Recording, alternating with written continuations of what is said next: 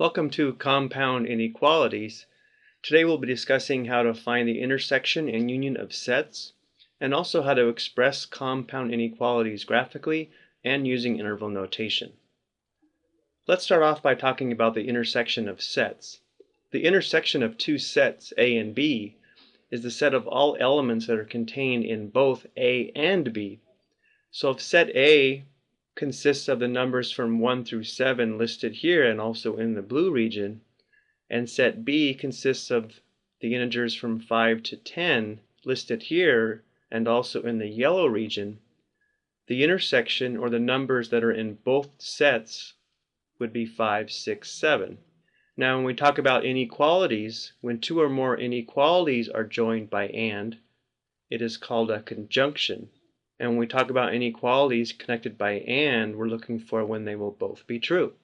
Now when we talk about the union of sets, the union of sets A and B is the set of all elements that are contained in either A or B.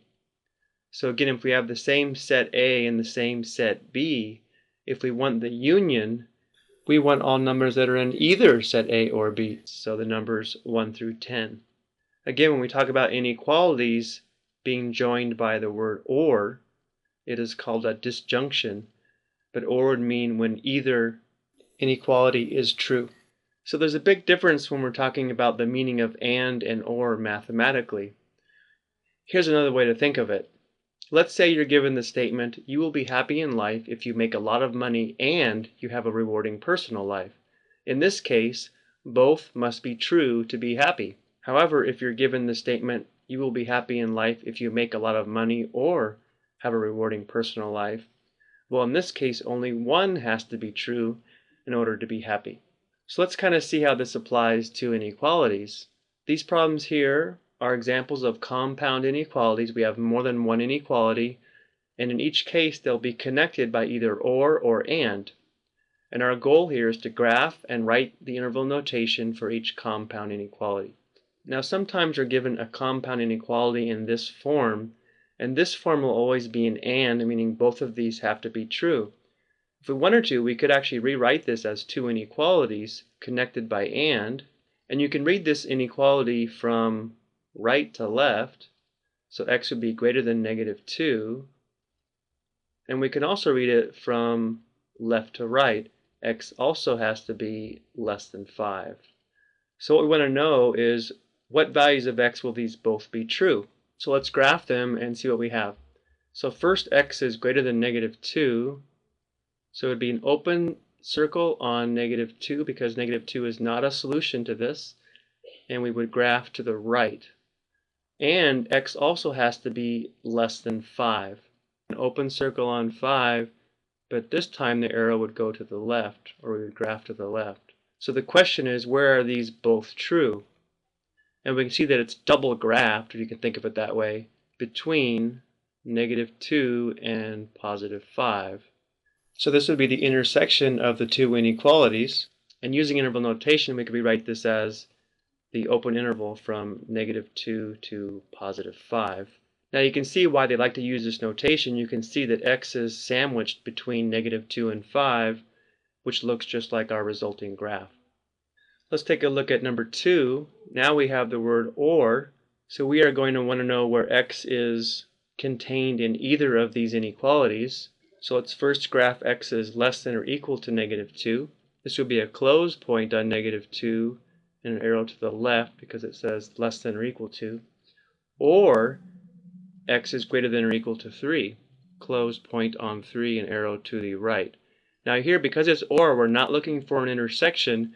We want the union of these two, and this graph does already represent the union of these two. However, to write this using interval notation, we should recognize that this is approaching positive infinity. This one is approaching negative infinity. So using interval notation, this interval would be from negative infinity to -2, and includes -2, so we use a bracket. The second interval would be from 3 to positive infinity. Again, it includes 3. And for the word or, which means union, we use a large U to represent the union of these two sets. Let's take a look at a couple more. Here we do see the word and, We want to know when both of these are true, so we'll graph them and then analyze. X is greater than 5, open on 5 and arrow to the right. Next, X is less than or equal to -1, close point on -1, and an arrow to the left this time. But we want to know when they are both true, or which numbers are double graphed, and there are no numbers on the number line that are double graphed or where they're both true, so this compound inequality has no solution. This can also be indicated by what's called the empty set. There are no elements that are in both sets. Let's take a look at another. X is less than or equal to 4, closed on 4, arrow to the left, or X is greater than 0, an arrow to the right. Now it's extremely important we recognize the meaning of this word or. We want to know which numbers have been graphed using this inequality or this inequality, or which numbers have been graphed at least once. And if you take a look at this, all numbers have been graphed at least once. Therefore, we would state this compound inequality would be all real numbers. So graphically, we would just graph the entire number line from positive infinity to negative infinity, and our interval notation would be the same from negative infinity to positive infinity. So as you can see, it's extremely important that we recognize the meaning of the word and or. That's pretty much the main idea. Now what can happen is our compound inequalities can become a little more involved, meaning they may not be solved for x. So if we take a look at this problem, the first thing we should recognize is this will be an and, meaning we want to know when both inequalities will be true. A nice, quick, easy way to solve this for x would be to subtract 2 in the middle, on the right, and also on the left. When we do this, we would have x isolated. We have less than or equal to 2. We'd also have x greater than -7. Because of this notation, let's go ahead and just graph our solution. Reading this from right to left, we know x is greater than -7, so we'd have an open circle and graph to the right. And then we also know that x has to be less than or equal to 2, so we'd have that over here, a closed point. And since this would be graphed to the left, and we know we're looking for the intersection, we'll go ahead and just connect these two together. So the set of numbers that are true for both inequalities would be the region between the two. So using our interval notation, we would have from -7 to +2, it's closed on 2, and open on -7.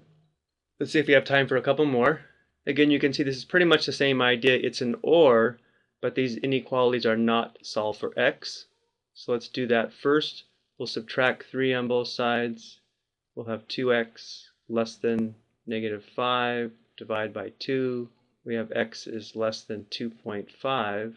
And on this one, we just have to add 1 on both sides. We have x is greater than or equal to 3. So as long as an interval is graphed once, it will be a part of the solution. X is less than 2.5 would look like this.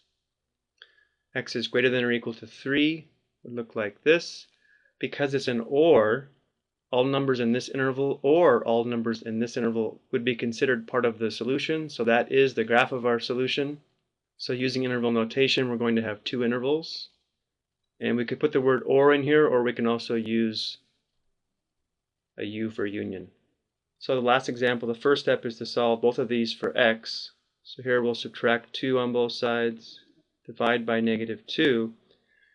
Now remember, when you divide by -2, we do have to reverse the inequality symbol. So here we're going to have positive x is greater than or equal to -2. I like to go ahead and switch this around.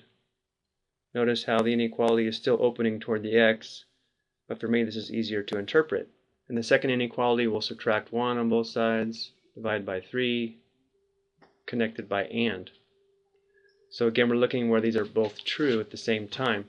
We have x is greater than or equal to -2, and we have x is less than 8/3. Since this is and, we're looking for the region that is graphed twice, which would be between -2 and 8/3.